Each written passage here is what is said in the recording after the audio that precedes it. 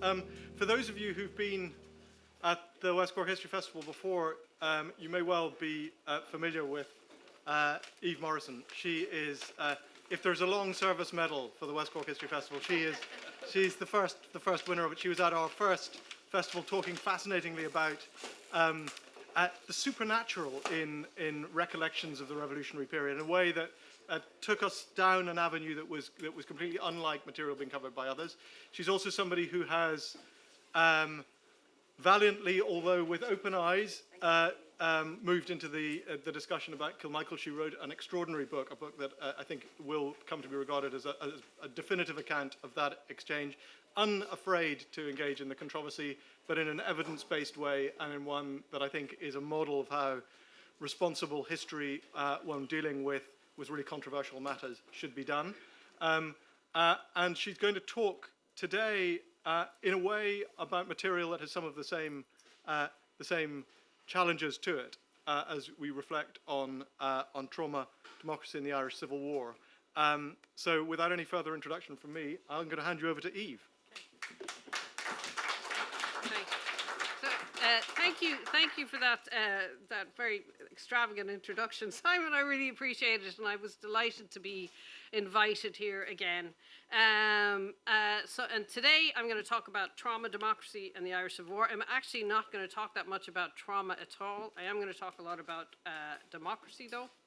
And basically, this in a way it's interesting to follow on from Katrina's wonderful talk. Because, you know, one of the reasons why I did this paper is because retrospective personal accounts of the Civil War kind of tend to overwhelmingly privilege the experience of former IRA combatants, and it's very common for their experiences to be understood and described with terms like silence and trauma and bitterness. Now, it's not wrong to do this because some terrible things happened and some individuals were very bitter indeed. And the Civil War undoubtedly had a profound impact on political life in independent Ireland. I don't really have to tell you, but I'll say it anyway, Fianna Fáil and Fine Gael derived from the Civil War split. And public political discourse was informed by these divides for many decades after the ending of the Civil War in 1923. However, if you focus too exclusively on the personal experience of individual veterans, this isn't a criticism of Katrina at all, and particularly anti-treaty veterans and declamatory public exchanges between rival political parties, it's easy to lose sight of the bigger picture, and it's easy to lose sight of just how unusual in some respects the Ireland's Civil War and its aftermath was in many ways. Now, I'm conscious of what Robert Gawarth was saying in terms of exceptionalism, and it certainly Ireland wasn't exceptional in experiencing a civil war, but I think the outcome was a bit more unusual than what happened elsewhere, and so that's something I think that needs to be highlighted in what I'm going to talk about today. I'm not opposed at all of using personal testimony from veterans, quite the opposite. The subject of my doctoral research, and I'm currently writing a book about it. But I suppose what this paper does is reflect my efforts to contextualize the material, both in terms of wider events and processes, and also trying to take into the account the perspective of combatants from all sides, and also civilians, which we don't know very much about at all. So this is work in progress, an ongoing process. I wrote down, scribbled these frantically during Robert Gawarth's discussion following this talk, because I realized I've done a partitionist paper. I'm not talking about Northern Ireland much at all, even though the final version of this I certainly will, because it's very important. I certainly agree with Professors Gawarth and O'Halpin that that you can't really leave it out of accounts of the Irish Civil War.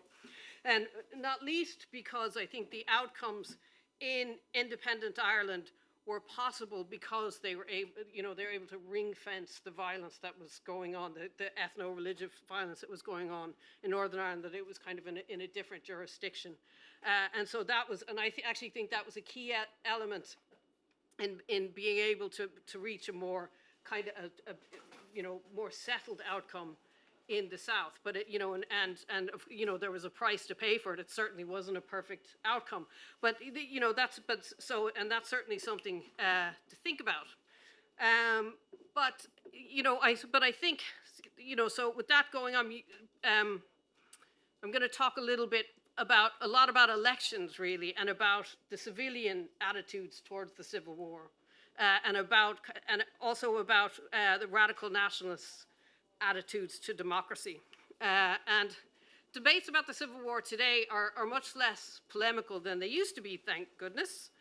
Thanks largely to the work of Bill Kassan especially. I think it's less common now to make strict demarcations between pro-treatyite Democrats and anti-treatyite autocrats, because it's very crude. And there are things, from the outset to say about the Irish Civil War. It was much less savage than Finland's in 1918, or Spain's in the 1930s, or Greece's in the 1940s. And independent Ireland was also almost the only new state established in the aftermath of the Great War to survive as a democracy. Furthermore, the anti-treatyites, the losing side, were in government in 1932, that is, within a decade of their defeat. And more remarkably, the pro-treatyite victors not only permitted this to happen, but were determined to observe democratic norms and an orderly transfer of power. Now, that is not a very common outcome for civil wars in this period. So in that sense, I think Ireland is unusual. The new Irish state wasn't perfect by any means. There was a great deal of poverty, there was high levels of emigration, industrial schools, Magdalen laundries, a rolling back of women's rights, and a lot of very important work and research is being done by Katrina and others on all this. But at the same time, I think it's also important to bear in mind that independent Ireland avoided becoming either authoritarian or fascist, which made it unusual within the context of interwar Europe, where democracies were falling like ninepence. I think overall, part of the reason for this is that the Civil War divide was basically between kind of rival factions of the revolutionary elite, rather than socio-economic or ethno-religious conflict, at least in the South. And as I was saying, that brings me back to what I was saying earlier. You see, if there hadn't been partition, it might have been quite a different situation indeed. I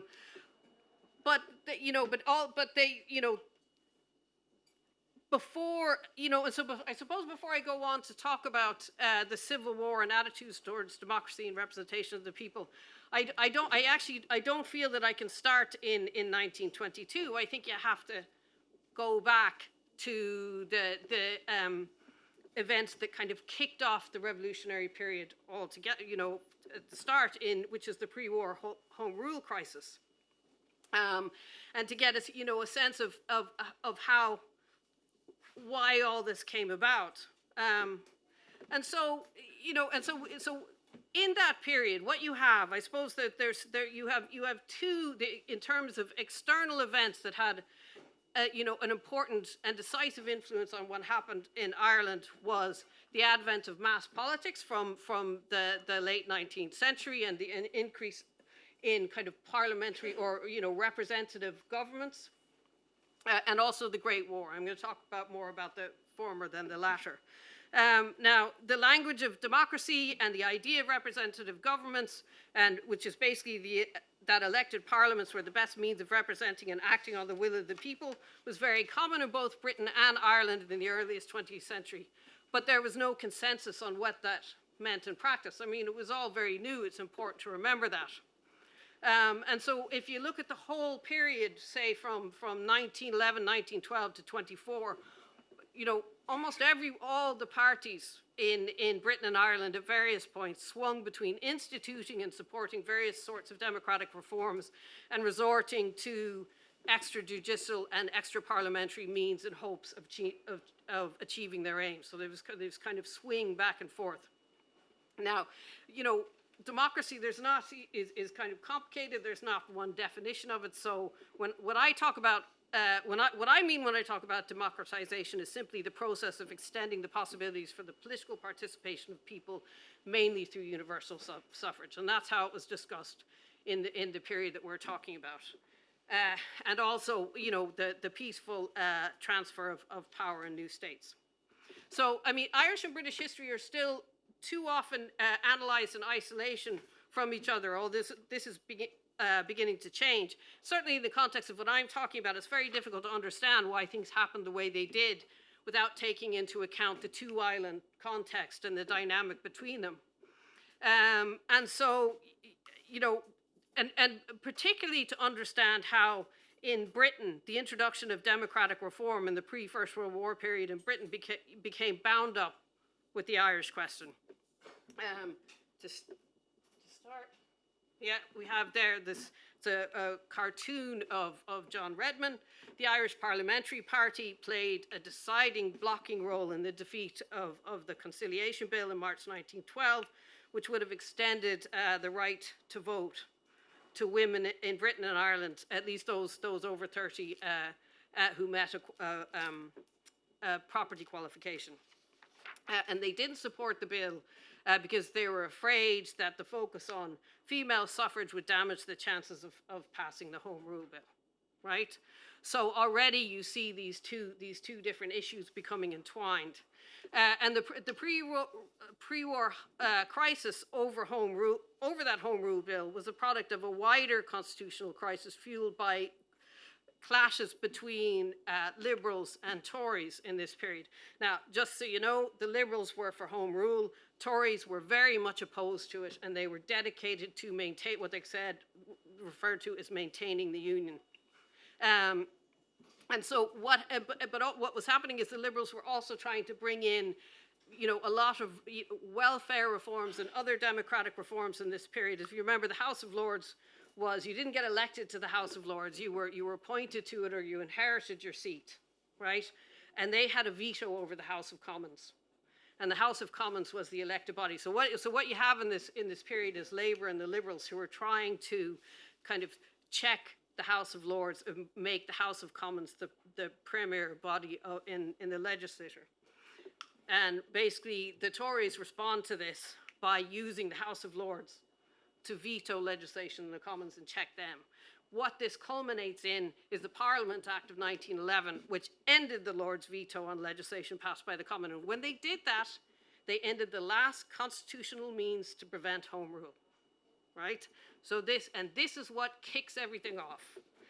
And so, as we know, Ulster Unionists respond by threatening arm resistance. They have a mass campaign against Home Rule. They have monster meetings all across Northern Ireland and actually across England and Scotland as well.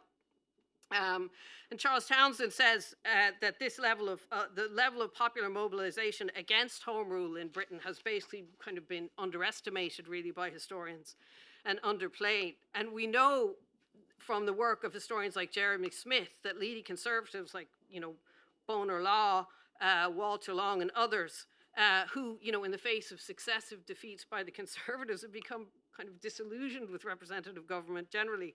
And so they decided to actively encourage and support the Ulster Unionists, including aiding them with their gun running and giving them money in hopes that it would force Prime Minister Asquith to call an election. So in other words, you know, this is treason, basically. This is treason and conspiracy. You know, I don't see how you could call it anything else. So they were really playing with fire. And, you know, and then after the Curragh incident in March 1914, which was basically when a number of British officers threatened to resign or accept dismissal rather than move against Ulster, it was also evident that the Liberal government couldn't use the British military in Ireland to enforce Home Rule in the north. So I mean, it's a very you know, dodgy situation, and it was the Ulster Unionist arms threat supported by British Conservatives that militarised the language of Irish politics and provoked Irish nationalists into forming their own militia to defend it, which was the Irish Volunteers. And this is 1913. It was a very dangerous situation, and Ireland was probably on the verge of civil war when Britain entered the First World War in August 1914. There was Home Rule legislation that was on the books, but it had been delayed till after the war.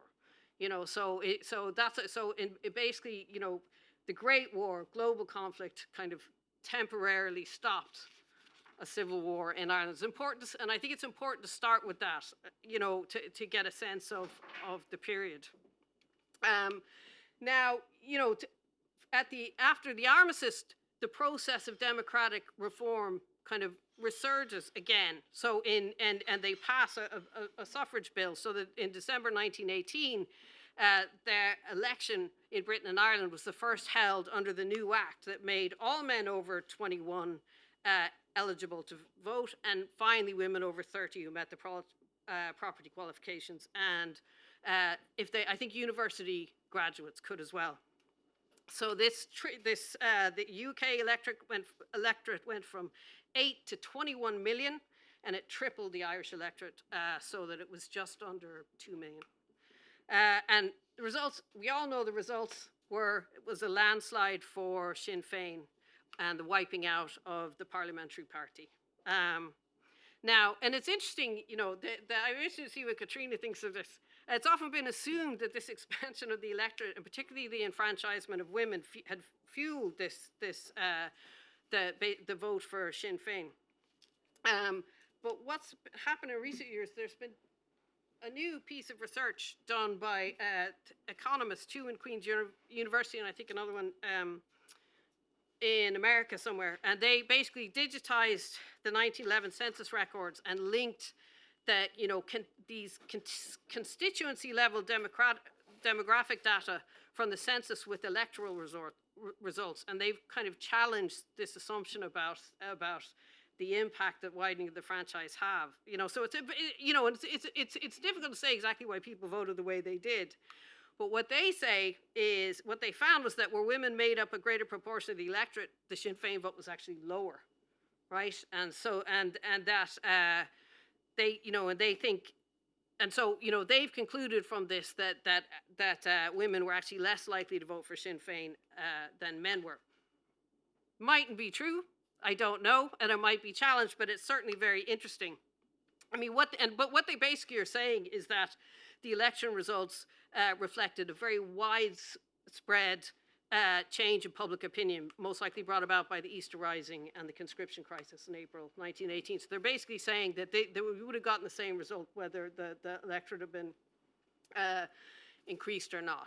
So it would be interesting, and this in some ways illustrates how a lot of the conclusions we've been making we're going to have to revisit because of mass digitization that's occurred with historical sources over the last couple of decades, because it's now possible to analyze huge swathes of granular detail in an unprecedented way, and so maybe a lot of the things that we've been assuming mightn't look so clear-cut, and that's just one example of that. It would certainly be very interesting to apply this sort of analysis to the Irish elections in 1922 and 1923, the first two elections of independent Ireland, the Free State. The first was shortly before the Civil War, the second was shortly afterwards. Now, as you know, the Anglo-Irish Treaty was agreed in December 21 and ratified by the Dáil in Ireland in January 22, gave Dominion status basically to the 26 counties, and the North was given basically home rule. But basically, instead of taking their seat, Sinn Féin returns to Ireland, sets up a counter government, and an insurgency against British rule starts as well. So this is the story. We know the story. But throughout the period of the War of Independence, and beginning with the 1918 elections, as well as the 1920 local government elections in May 1921, they played a very important legitimizing role for the radical nationalist campaign for independence, and it allowed Sinn Féin to argue that the counter-government they established in 1919 was based upon what they described as the rock of popular consent. So yes, they were fighting a guerrilla war, but they had the support of the people. So it was a very powerful argument that they were making. And in 1922, when you get when things, as you know, De Valera and Treatyites walk out of the Dáil, the things, it splits the radical nationalist organizations down the middle, and things start to get gradually more ominous over the next few months.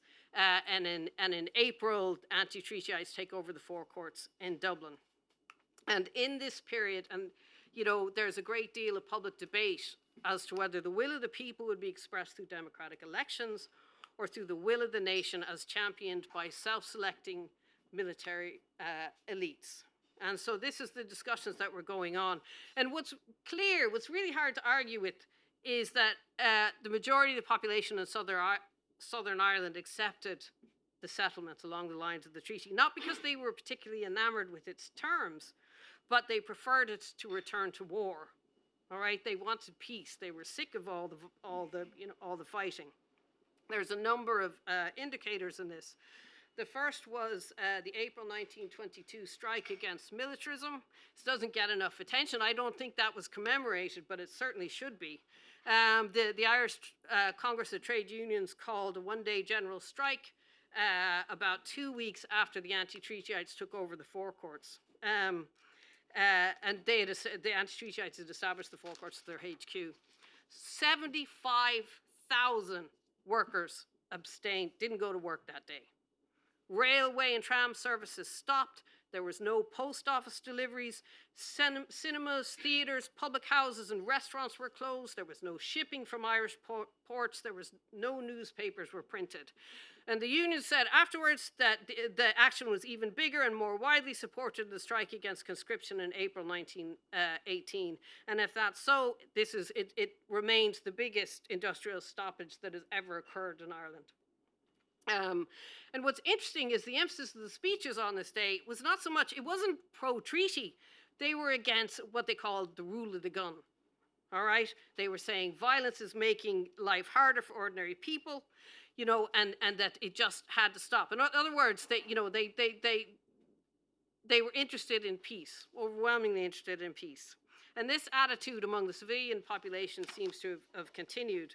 And the results of the general election on the 16th of June 1922 made the gulf between the civilian population's priorities and the IRA leadership very plain. I'm going to actually maybe use this. There's the election. If you just see all the bits marked in purple were where there was no contest held because there was a pact between De Valera and Michael Collins, because what they wanted to do was basically do what they'd done in May 1921, which is basically have pro and anti-treatyite stand without an election, and so basically reform the Dáil. And if the pact infuriated the British, but this was the plan to to prevent civil war. But it didn't work. Various parties did contest the elections, and there are a number of interesting aspects to the results.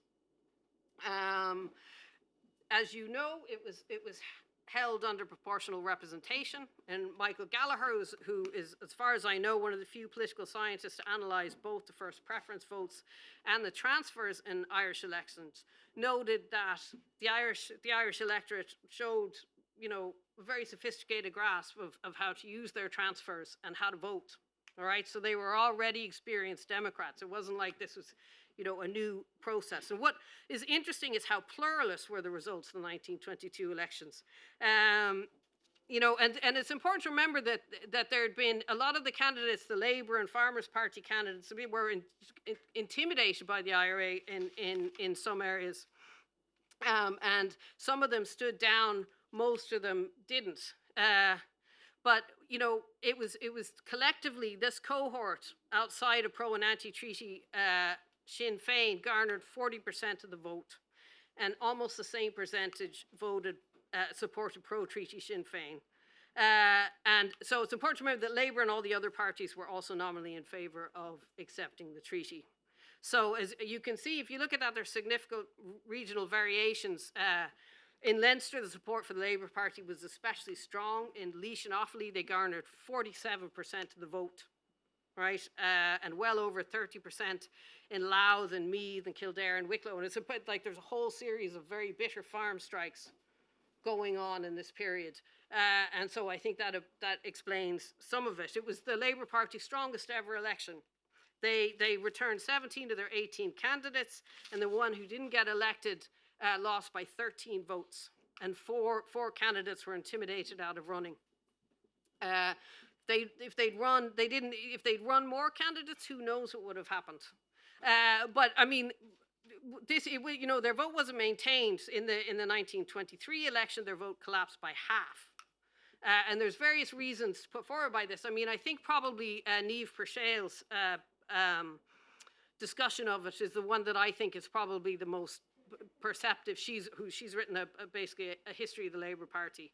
And she basically says that Labour's 1922 vote was artificially high in the first place because it was basically part of a kind of anti-Sinn Féin protest vote, people who didn't like the pact, people who wanted to have a free election. But if you look at the 1922 election more generally in terms of pro and anti-treaty support, and as I said, all the other parties who ran, except for anti-treaty Sinn Féin, were nominally for the settlement. It's pretty stark. There's the election.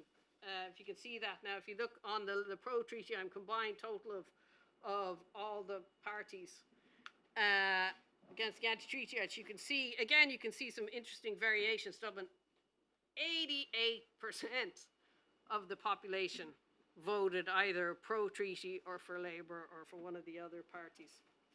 And you can see, you know, even in 1923, this falls a little bit, you know, and there's some interesting regional variations, but it never, but the support for the pro-treaty parties never falls below 73%.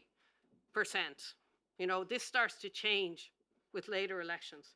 And that's another story, right? We do not have enough studies of the 10 years following the Civil War. And if you want to know, I think this is Mel Farrell who said this first. He said, you can't understand why Ireland turned out the way it did unless you take into account the decade that followed the Civil War, as well as the revolutionary period. And we really need to, you know, this is work that needs to be done, and I'm sure everybody's suffering from commemoration fatigue by now, and so they might be quite eager to do this. I certainly hope so. Now, I mean, even though the pro-treaty kind of parties were you know, in the majority, there was again you know, very significant regional variations. As you could see, the anti-treaty were very strong in particular areas, and particularly in areas where the pact had held. I see, if you, I'll go back here, go this way. Okay, you see if you see the kind of grey ones down below Republicans coming in Labour, those are the areas where there wasn't a contested election in 1922, but there was in 1923. So, and so what you see is that in Clare and Mayo and Roscommon and Kerry, the anti-treatyites do very well. They get, I mean, in Clare, the anti-treatyites get 47% of the vote, right? What's interesting, if you see that the anti-treaty side, the percentage of the vote dropped 5 percentage points in Cork. So it'd be interesting to see what Con Kelleher is here, what he thinks of that. And so, you know, so it's very interesting. What you see gradually over the next kind of decade, it's what Bill Cassan calls the periphery taking over the centre. You see support for Fianna Fáil start to move across the country, and eventually it hits Dublin. So, you know, so I think Brian Girvan is certainly right to emphasise that the anti-treatyites did surprisingly well in 1923, considering the fact that they were in jail, and it's significant that a quarter of the Irish population voted for a party who were not recognising the legitimacy of the new state. However, it's also important to bear in mind that the anti-treatyites had dumped their arms and were no longer at war. So I think that's significant as well. Because it's very clear, if you look at the debates and stuff, this is, you know, these are things that really enough work hasn't been done on.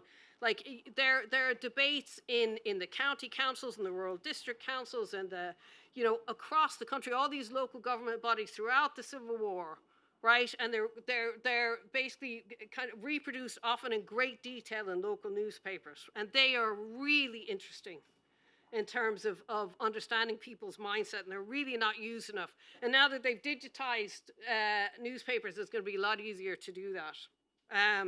So, you know, so and what is clear is that before and during the conflict, the majority of the population were in favor of reconciliation of the two sides, peace, and an end to the conflict. All right, so they weren't, and and there was condemnations of the executions carried out by the Free State. There was condemnations of the Free State as well. So it wasn't like, um, there was calls throughout the conflict to restore peace. There was the Labour Party, the Women's International League, the Cork People's Rights Association, the Irish Farmers Union, the People's Peace League, and lots of individuals tried to kind of bring the conflict to an end as well. Now, neither side, neither the governments or the anti-treatyites paid any attention to this, or were certainly, during the war, were interested in acceding to it. For instance, the provisional government prorogued the Dáil 5 times over the summer of 1922 because the election results showed that they, it returned a very pluralist Dáil and one that didn't really support conflict. All right, so it would be difficult for them to prosecute with the war with the ruthlessness that they did, and so this was important. The Labour Party was furious about this. The Labour Party played probably the best Democrats in Ireland in this period, and they don't get enough attention. In their conference in August 22, they denounced both sides as they said a plague on both your houses, and they condemned both IRA militarism and government censorship and repression, and they called for a ceasefire, new elections, and a plebiscite on the treaty. And so, so they were very important, really, in this period. And as I said, the Free State they prosecuted the war with great ruthlessness. They passed a Public Safety Emergency Powers Act that allowed for internment and the death penalty. This was passed in September 1922. And executions began after the anti-treaty IRA assassinated a pro-treaty TD from West Cork, Sean Hales. In all, over 80 prisoners were executed, 77 after trials, and the National Army also carried out some notorious extrajudicial killings. And the anti-treaty IRA was, they executed a number of alleged spies. So it was quite dirty in war in that way. And it was far worse. Like the Free State government says, was far worse than the British government had been in terms of execution and coercion. And this might be typical of civil wars. It's an interesting question. I recently listened to an interview with Ernest Blythe, who was the Minister for Local Government at the Third Dáil. It was conducted by an American PhD student in the 1970s. And Blythe is completely unrepentant. It's kind of terrifying. And justifying the execution. The poor student is just completely taken aback and can't even, he's just in silent. And Blythe doesn't actually understand why he's so shocked, but I mean, if it's interesting. And so these interviews that I've heard so far with Liam Deasy, people like that, they actually they're not moving from the positions that they had. They're kind of more reflective about it. Okay. However, having said that, the political divides between the two sides were much more complicated than is often portrayed. And there was concerns about democracy and sovereignty running through both sides, the pro and anti-treaty sides. And this isn't emphasized enough. Now, and so elements on both sides of the treaty split were cognizant of the fact that there was very little support for the conflict. And this is kind of a running theme in Ernie O'Malley's interviews. They just, and when they're talking about all this in the 40s, and here's 2 examples from Cork. And they were just saying, that people were fed up with it. And there was, and individuals on both sides, pro and anti-treaty, were involved in peace negotiations at one point or another. And Cork IRA officers Sean O'Hegarty and Florio O'Donoghue, who were both opposed to the treaty, but in April and May 22, they, along with Sean Hales, resigned from the anti-treaty executive in the Four Courts in protest of the suggestion by one of the more extreme wing of the anti-treaty leadership that a general election be forcibly prevented and a military dictatorship established. They founded the Neutral IRA, which was composed entirely of pre-truce IRA men, and they made continued efforts to broker the truce. It didn't work. They eventually dissolved themselves in March 1923. But they had the region, they reckon, of something like 20,000 members. And people, we know hardly anything about them, you know. And so the thing is, and these are all IRA men. They, you know, and they were, you know, for instance, O'Hegarty, and I know I have to finish soon. O'Hegarty and O'Donoghue were in constant contact with Liam Deasy, who's the deputy chief of staff to Liam Lynch, until his arrest in 1923. And, you know, Deasy, who knew they had lost the war, decided to try and bring it to an end. Now, they basically, the pro-treatyites said, right, you either surrender or we're going to execute you. So he said, you know, okay, I'll issue in a surrender. And he did it, you know, he was already talking about peace. So he did it as a way, I think, because he thinks he could contribute more to Ireland by living than dying a martyr. And I think he's absolutely right about that.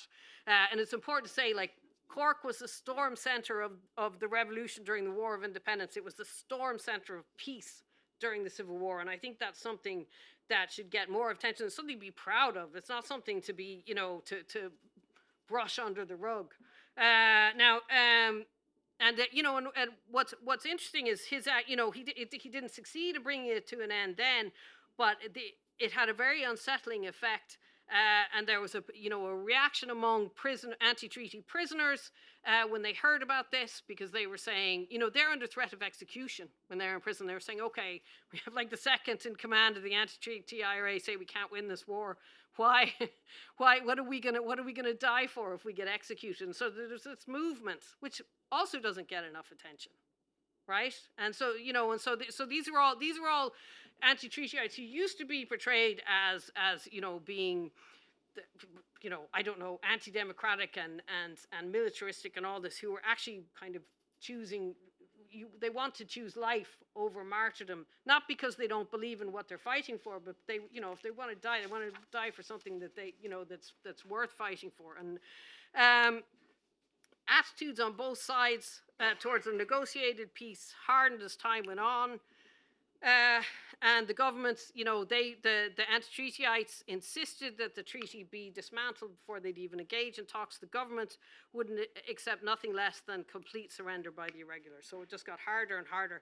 Eventually, Liam Lynch gets shot, and the anti-treatyites dump arms. They don't surrender, but they dump arms and end it. And eventually, kind of orders restored by 1920, by probably the end of 1924. Now, I don't have to. I have several more pages here that I'm not going to talk about, which is basically over the kind of the next 10 years about what happened in Ireland to basically to you know, so for Ireland to basically, you know, remain a democracy, but it's important.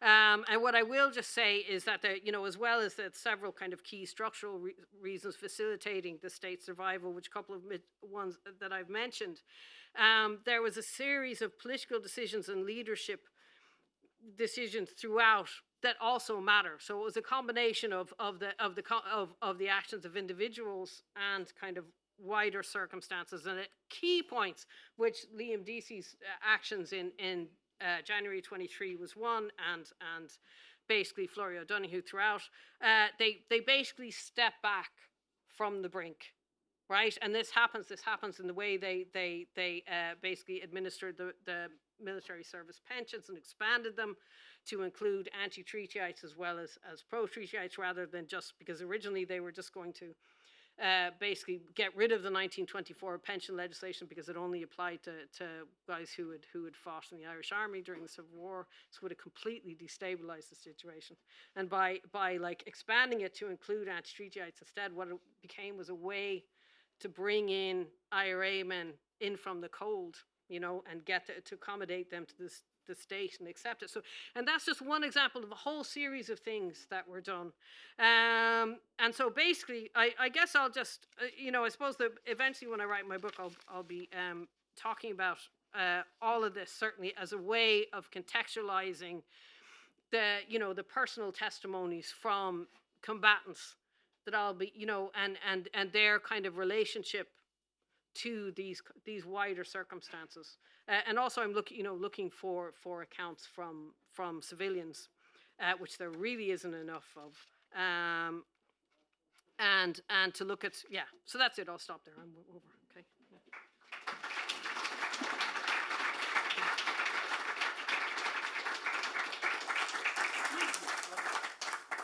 Eve has kindly agreed to take some questions. Have we got... Lady at the front. Thank you very much. I recognise that you said you were focusing on the 26 counties, but in the context of within the border and the 6 counties, and the continuation of the civil strife up to very recently with the dominance of the unionist population and the experience of the nationalist population, where do you feel that sits in the context of a civil war within those boundaries? Are you asking me about the Troubles or about Well, about the early period?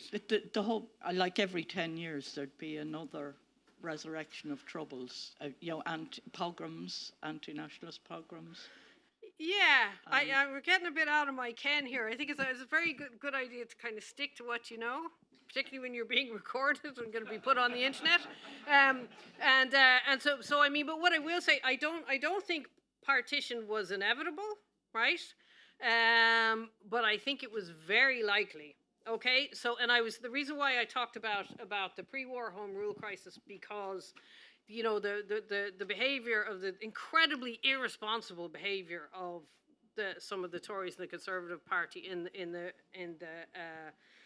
during the Home Rule crisis kind of legitimised the Unionist revolt, right? If they hadn't have done that, right? I don't know. I mean, it still was a very difficult question. It was still not something that I think could be easily solved. But I mean, I think probably, certainly the southern states kind of made a decision, really, is that they, that they were going to try and stabilize and set up the state in the south. And it was at the expense of, northern nationalists who were stuck inside a jurisdiction that they didn't want to be in and didn't want them. And you have to remember here, 1 in 4 of the people who were expelled from the shipyards and other businesses in the north in this period were Protestant trade unionists. All right, and they, in some ways, they were even more isolated in some ways than northern nationalists was, because they had, they were, because they're really interesting. They're finally getting some attention from Conal Parr and Emmett O'Connor and Henry Patterson, because they were, because they weren't that enamored by Sinn Féin, but they didn't want to live in an orange state either at all, right? And so they were, and they were active in trying to oppose this, and they were, the Ulster Unionists were worried about them. That's part of the reason why the expulsions happened, so it's not so black and white as sometimes as inevitable. But the thing is, it's and if you want to know why kind of the Troubles broke out again, you can talk about certainly the legacy of that violence was part of it, but there's a whole series of other decisions that were made in the decades after, right, which meant that everything just festered than being resolved. So it's always important to take that into account, because if you're looking at election results or everything, you have to look at the context, which shifts and change. So, for instance, Fianna Fáil is getting lots more votes, 1927, 1932. But is it just because of the Civil War, or is it because they're stealing Labour's clothes and because they're delivering changes to the treaty constitutionally, right? Rather than through violence. So for me, that's more important in a sense than the Civil War divides. Even though it's kind of framing the debate, if you see what I mean. Because the thing is, what you have is Fianna Fáil were very good politicians, all right, and obviously had a very good sense of what Irish people wanted. I think. Hi there. I wondered, in the context of what you described, whether you saw Labour as a huge political failure immediately after 22, given that there seems, from what you describe, a huge void that was there to be, a huge voting void that was there to be gained, but there seems to be sort of an ongoing failing on their part to perhaps encapture what people wanted. Yeah, I mean, see, the thing is it's quite a complicated question. I think it's a tragedy myself, okay, that they couldn't maintain it. But there was a lot of factors involved. There was, because, and if you, I would urge you to read Niamh Purcell's book. She's very good on it. I mean, because the thing is, there was lots of incredibly bitter strikes going right underneath the Civil War, right, that people don't talk about enough either. And so, some people are in favor of these strikes, other people are not, and so the Labour Party's direct representation of the trade unions at this stage, you see, so you have that. You also have the economy's in a very bad way by 1923, and so when the economy collapses, like the strength of the organised working class is kind of dependent on them having jobs, and having kind of muscle. And John is here. He knows more about the relationship between that and, for instance, the strength of the German working class and resisting Nazism and things in 1929. I'm going back to my undergraduate lectures in Trinity for that. But but this is an issue for labour organisations. There's that as well. But also, I think Niamh is right that people wanted a free vote, and Labour was calling for that as well. And I wish they could have built on it, Yeah, thanks very much, Eve. Can I just, one of the things I take from your really interesting lecture is the theme of exhaustion by 1922, 1923, in this kind of civic and electoral response you're talking about. And I wondered if there's a way of connecting it with and that's my question, with the two premises on which you started, which is one, that this whole decade covered by the decade of centenaries is, and not just in Ireland, it's a period in which political participation is being immensely broadened across Europe and in many ways across the world. And at the same time, it's a period in which violence, both domestic and then interstate and international, comes to the fore. And actually, one of the revelations of the decade is that you can't have the violence without the backing, without the support. And that means that there comes a point where support for it begins to end. And I'm just struck by, the existence of this clearly in the case in Ireland. But if we look across Europe, why 1923 at the end of this period? Well, in Russia, it's the point 1921, 1922, the Civil War has come to an end. Trotsky wants to demobilize by turning all of the Red Army into militarized labor, and it won't work. So they have to compromise, make a deal with the peasants, partially reintroduce private enterprise. 1923, we have the French and the Belgians occupy the Ruhr, this last spasm of German nationalism and paramilitary resistance. By the end of the year, we've got a coalition government. The Allies, the British and the French, by 1921, 1922, they're exhausted, which is why they can't do anything to prevent Ataturk winning the war against Greece in Turkey and setting up a Turkish republic. And it's interesting, in early 1924, finally the British have their British Empire exhibition at Wembley, and in the official programme they say, this is the first birthday party that the empire has been able to have since 1914. In other words, what I'm saying is that across the world, there's a feeling that that enormous tide and then ebb tide of violence has gone by the end of 1923. And I just wonder, therefore, whether you think that even amongst the militants, that sense of exhaustion is a determinate factor in the Irish case, and also whether the idea of demobilization helps us think about this. If we've had wars and civil wars, at some point you have to demobilize, and that's both military, but it's political and economic and cultural. So are we in Ireland actually looking at a process of demobilization in 1923, and what helps explain the subsequent decade you're talking about is that it's putting into place, translating back into civic politics, that demobilization? Oh, I mean, the thing is the way the Civil War has been discussed is so polemical. That people ignore a lot of things that were going on, and so for instance, the anti-treaty IRA was kind of crumbling from January 1923 in Cork, and in several parts there was IRA men who were just coming in and handing in their arms. And there was the revolt in the prison. So yeah, you're right. And Liam Deasy's surrender in 1923 is an example of that. I mean, it was not like they really could. And part of the reason why he did what he did is because what was being proposed by the anti-treaty leadership was a very, very nasty turn in which they were considering starting to attack the families of Free State soldiers and engage in widespread kind of sabotage. And Liam Deasy just said, can't do this. If we do this, somebody's going to be reinvade. It's probably going to be Britain, and, you know, people are going to cheer them coming in, and everything that we've done will be lost. Everything.